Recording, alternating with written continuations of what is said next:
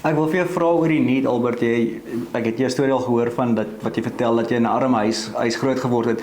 Hierdie need, obviously met jou eerste projek, die oom se heining wat jy geverf het. Jy het wins gemaak.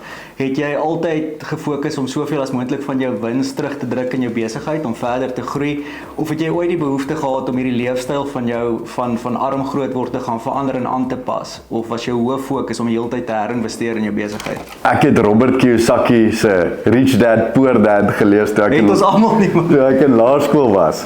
En hy het gesê, jy koop eers assets en dan laat jy jou assets jou lifestyle befonds. Ja.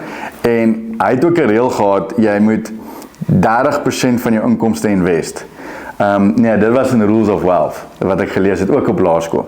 En ek het daai ding nie mooi verstaan nie. Ek was klein, ek was jonk, jy weet, so, ek dink ek het dit verkeerd omgekry, en ek het gedink, jy moet 70% van jou inkomste invest.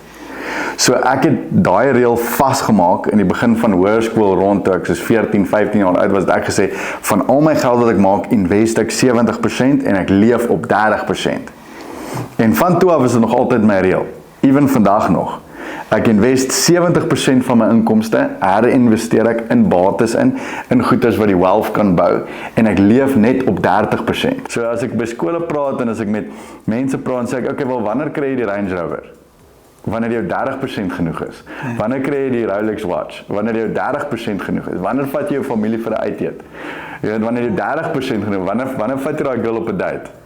En as jy weet die date gaan R300 kos, dan beter jy R1000 maak hierdie week. As jy R900 gemaak het, sorry, moet jy maar die date cancel. Jy weet, so ek het gestiek by daai 30-70 reël, en ek dink dit het 'n massive impak gemaak, om heeltyd daai te herinvesteer, en nie jou lifestyle te veel te increase nie. Ja. Om te stiek by daai reël, en jou lifestyle gaan increase, eventually, soos wat jou investment increase.